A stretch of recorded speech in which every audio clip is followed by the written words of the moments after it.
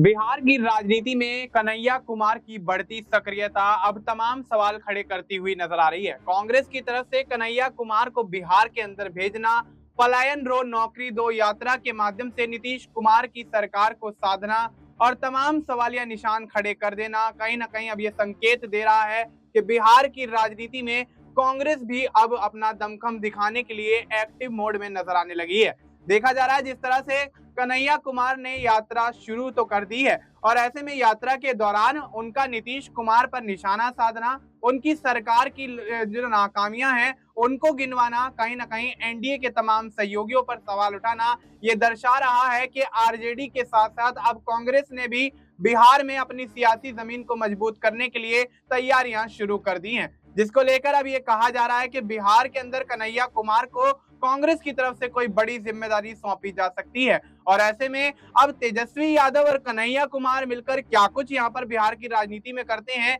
ये भी एक बड़ा सवाल बनता हुआ नजर आ रहा है, क्योंकि पहले से ही जिस तरह से तेजस्वी यादव लगातार नीतीश कुमार की सरकार की नाकामियों, बिहार के अंदर पुलिस कर्मियों पर हो रही घटनाओं को लेकर, उनकी हत्याओं को लेकर, बिहार में बढ़ते भ्रष्टाचार को लेकर नीतीश कुमार की सरकार को घेरते नजर आए हैं, तो अब इसी कड़ी में कन्हैया कुमार का भी नाम कहीं ना कहीं जुड़ता हुआ नजर आ रहा है, जिसके जरिए यह देखा जा रहा है कि अब दो युवा चेहरे कहीं ना कहीं अब एनडीए गठबंधन के लिए भारी पड़ते हुए नजर आ रहे हैं। इस मुद्दे पर विस्तार से चर्चा करेंगे हमारे सहयोगी अमन सर के साथ। सर, बहुत बहुत स्वागत है आपका जी।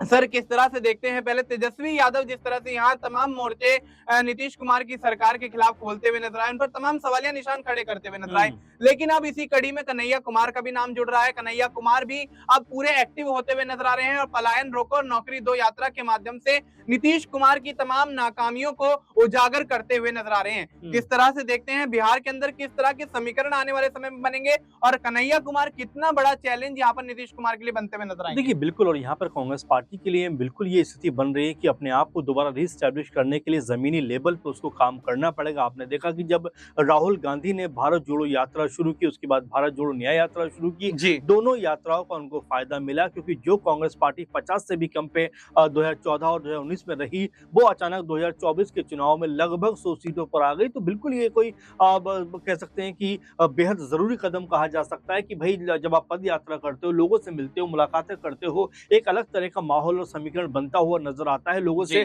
कनेक्टिविटी बनती हुई नजर आती है। और यही कारण है कि कांग्रेस पार्टी ने जब से राहुल गांधी की पद यात्रा का लाभ लिया है, उसके बाद से लगातार लोगों के बीच में कैसे रहा जाए, कैसे कनेक्टिविटी बिठाई जाए, इसको लेकर तमाम तरह की रणनीतियां बन रही हैं। अब ऐसे में बिहार में आने वाले दिनों में चुनाव होने वाला है, उससे पहले कांग्रेस पार्टी अपने आप को दोबारा मजबूत करने के लिए कहीं ना कहीं कन्हैया कुमार को उन्होंने मैदान में उतार दिया, क्योंकि कन्हैया जो है बिहार से ही है, बेगूसराय से वो आते हैं, जेएनयू के बाद काफी फेमस चेहरा वो हो गए थे, लेकिन दो चुनाव लड़ने के बाद भी उनको हार का मुंह देखना पड़ा। अब यहां से उनकी स्थिति किस तरह से बड़ी बनती हुई नजर आएगी, या कांग्रेस पार्टी उनको एक बड़े लेवल पे प्रोजेक्ट करती हुई नजर आएगी, इसके ऊपर निगाहें लगी हुई हैं, क्योंकि कई तरह के समीकरण यहाँ पर बनते और बिगड़ते हुए दिखाई पड़ रहे हैं। आप देखिए जिस तरह से नीतीश कुमार को लेकर लगातार ऐसा कहा जा रहा है कि उनकी मानसिक स्थिति ठीक नहीं है, शारीरिक तौर पर वो कमजोर हो चुके हैं। राष्ट्रीय गान में जिस तरह से उन्होंने कह सकते हैं कि हरकत की, उसको लेकर अब तमाम जो लोग हैं उनके ऊपर हमलावर है। अब ऐसे में बीजेपी भी क्या कहे क्या ना कहे उस स्थिति में नजर आ रही है, और क्या नीतीश कुमार के साथ चलना उनके लिए ठीक हो पाएगा, इसको लेकर शायद बीजेपी के अंदर भी समीक्षा कहीं ना कहीं होती हुई दिखाई दे रही है। अब यहाँ से क्या वाकई में नीतीश कुमार के साथ बीजेपी जाना चाहेगी? अगर बीजेपी अलग थलग होती है नीतीश कुमार का, फिर क्या होगा? तो एक गणित निकल के आता है कि क्या कांग्रेस पार्टी और नीतीश कुमार मिलकर एक गठबंधन बना सकते हैं, क्योंकि राज्य स्तर पर जो चीजें होती हैं वो अलग तरह की होती है। आपने देखा कि तेजस्वी यादव ने भी बीते समय कहा था कि नेशनल स्तर पर तो हम एक हैं, यानी इंडिया गठबंधन राष्ट्रीय स्तर पर तो एक है, लेकिन जब जब राज्य की बात होगी तो हम अपने हिसाब से चीजों को तय करते हुए नजर आएंगे। आपने देखा कि दिल्ली में लाख कोशिशों के बावजूद भी आम आदमी पार्टी और कांग्रेस के बीच में गठबंधन नहीं हुआ, हरियाणा में भी ऐसे ही देखा गया। तो स्थिति ये निकल के सामने आती है कि जो भी दल राज्य में मजबूत होगा उसके पक्ष में माहौल बनता हुआ दिखाई देगा। अब यही वजह कांग्रेस पार्टी खुद को मजबूत करना चाहती है कन्हैया कुमार को, इसलिए उन्होंने मैदान में उतार दिया है। नीतीश कुमार अगर कोई बात बनती बिगड़ती है तो हो सकता है कि नीतीश कुमार के साथ कांग्रेस पार्टी एक अलग तरह का अलायंस यहाँ पे क्रिएट करती हुई नजर आ जाए। जी बिल्कुल। तो ऐसे में अब यहाँ पर नीतीश कुमार को लेकर जिस तरह की खबरें निकलकर सामने आ रही हैं, राष्ट्रगान का अपमान करना, राष्ट्रगान के दौरान मूवमेंट करना, उसको लेकर जिस तरह से बिहार के अंदर सियासत गरमा रही है, तेजस्वी यादव हो, कांग्रेस पार्टी हो, यहाँ तमाम जो विपक्षी पार्टियां हैं नीतीश कुमार को इस मामले को लेकर घेरती हुई नजर आ रही हैं। यहाँ तक कि ये भी कहा जा रहा है कि नीतीश कुमार की सेहत ठीक नहीं है, उनकी मानसिक स्थिति खराब है। तमाम चीजों को लेकर जिस तरह से विपक्षी पार्टियां हमलावर हैं नीतीश कुमार सरकार पर और नीतीश कुमार पर, तो कहीं ना कहीं अब ये सवालिया निशान खड़े होते हैं कि नीतीश कुमार का सियासी भविष्य क्या अब खत्म होने वाला है, क्या सियासी भविष्य पर अंकुश लगने वाला है, क्या नीतीश कुमार अपनी इन हरकतों की वजह से और इन तमाम चीजों की वजह से कहीं ना कहीं बिहार विधानसभा चुनाव में पिछड़ते हुए नजर आ सकते हैं। क्या भारतीय जनता पार्टी उनको सीएम चेहरा घोषित करने के लिए जिस तरह से यहाँ पर अभी तक माहौल को बनाए हुए है और कोई भी आधिकारिक ऐलान उनको लेकर नहीं किया जा रहा है, तो क्या वाकई भारतीय जनता पार्टी अब इस बात पर मोहर लगाती हुई नजर आएगी कि नीतीश कुमार की जगह अपने ही किसी पार्टी के नेता को यहाँ पर सीएम चेहरा बनाया जाए? तमाम ये सवाल हैं जो बिहार की राजनीति में नीतीश कुमार के सियासी भविष्य पर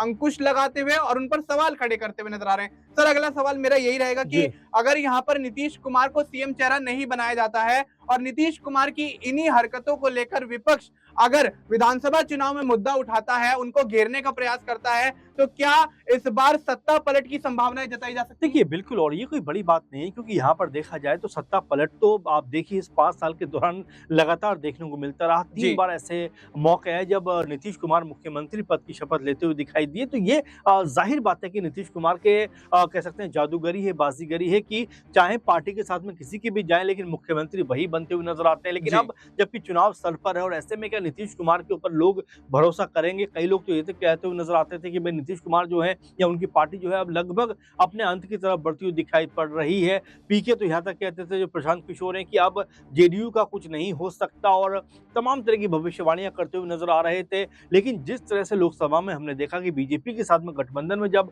नीतीश कुमार जाते हैं तो उनको 12 लोकसभा यानी कि बीजेपी के बराबर जो है सांसद यहाँ पर उनके जीतते हुए नजर आते हैं। तो ये कह देना कि भाई उनका कोई जनाधार नहीं है, मेरे ख्याल से ये बिल्कुल भी निराधार बात है और लगातार जो नीतीश कुमार इसको साबित करते हुए नजर आ रहे हैं कि लोगों का यकीन भरोसा उनके ऊपर अभी भी कायम है। और इसी बात को लेकर अब नीतीश कुमार जो है वो लोगों के बीच में आपने देखा कि कुछ दिनों पहले यात्रा भी उन्होंने की। अब यहाँ पर वो अपने लिए माहौल बना रहे हैं कि अगर बीजेपी से उनका साथ छूटता है तो कहीं ना कहीं अपना वोट बैंक कहीं ना कहीं वो खुद को कह सकते हैं खुद के पास रख सके या साध सके उसको। इसीलिए उन्होंने तमाम प्रगति यात्रा करके अपने पक्ष में एक माहौल बनाने का प्रयास किया। लेकिन अब जिस तरह से कन्हैया कुमार यात्रा कर रहे हैं, क्या उसका लाभ भी उनको मिलता हुआ दिखाई पड़ेगा? क्या बिहार में कांग्रेस पार्टी एक बार फिर से खुद को रीस्टैब्लिश कर पाएगी? और क्या कन्हैया कुमार कांग्रेस पार्टी की तरफ से मुख्यमंत्री पद का चेहरा है? इसको लेकर अब लगातार जो कह सकते हैं बातें हैं वो होती हुई नजर आ रही हैं, बयानबाजियां होती हुई नजर आ रही है। लेकिन अभी फिलहाल कांग्रेस पार्टी में खामोशी है।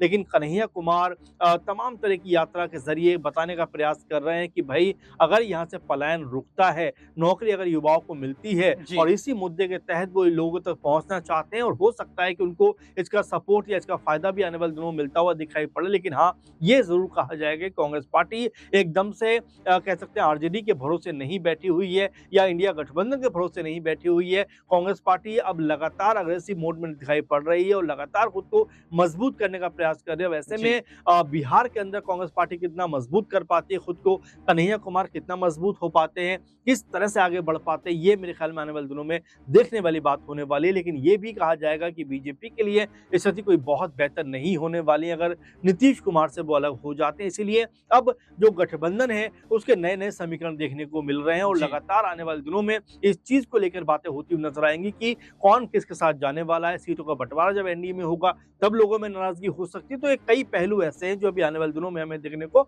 मिलने वाले। जी बिल्कुल, तो ऐसे में कई ऐसे चीजें हैं जो जिनका खुलासा आने वाले समय में होता हुआ नजर आएगा। लेकिन जिस तरह से बिहार का सियासी माहौल इस वक्त बना हुआ है तो एनडीए के आपसी जो सहमति है वो नहीं बन पा रही है। सीटों के बंटवारे को लेकर, तमाम चीजों को लेकर यहाँ जिस तरह से विवाद खड़ा होता हुआ नजर आ रहा है, एनडीए के अंदर जो फूट पड़ती हुई नजर आ रही है और नीतीश कुमार का इस तरह से बयान देना, इस तरह की चीजें करना, तमाम चीजों को लेकर जिस तरह से जेडीयू यहाँ गिरती हुई नजर आ रही है, ऊपर से निशांत कुमार की एंट्री को लेकर यहाँ पर चर्चाएं होती नजर आती हैं। एक खेमा जेडीयू का कहता है कि उनकी एंट्री करवाई जाए, दूसरा खेमा कहता है कि उनकी एंट्री नहीं करवाई जाए। तो अब कहीं ना कहीं नीतीश कुमार की जेडीयू पूरी तरह से घिर चुकी है और कहीं ना कहीं बिहार के विधानसभा चुनाव से पहले एनडीए के दलों में जो फूट पड़ रही है उसका खामियाजा यहां पर सभी दलों को मिलकर भुगतना पड़ सकता है और भारतीय जनता पार्टी को सबसे ज्यादा बड़ा झटका यहां पर लगता हुआ नजर आएगा अगर एनडीए के दल यहां पर बगावत पर उतर आते हैं, क्योंकि एनडीए के दलों की जो यहां पर मांगे हैं उनको यहां पर भारतीय जनता पार्टी अगर पूरा नहीं कर पाती है, क्योंकि भारतीय जनता पार्टी ये कह रही है कि 50% सीटों पर वो खुद चुनाव लड़ेगी, तो यहां पर देखा जा रहा है कि नीतीश कुमार भी कह रहे हैं कि भारतीय जनता पार्टी जितनी सीटों पर चुनाव लड़ेगी उतनी सीटों पर जेडीयू चुनाव लड़ेगी। तो क्या यहां 50-50% बंटने के बाद अन्य दल यहां पर बगावत करते हुए नजर आएंगे या फिर भारतीय जनता पार्टी कोई बड़ा फॉर्मूला अपनाते हुए यहां सभी को संतुष्ट करते हुए एनडीए गठबंधन को एकजुट करती हुई नजर आएगी? फिलहाल आपको इस मुद्दे पर क्या कुछ लगता है, आप अपनी राय हमें कमेंट करके बता सकते हैं। बाकी देश और दुनिया से जुड़ी तमाम जानकारी के लिए आप देखते रहिए एसपीएन 9 न्यूज़।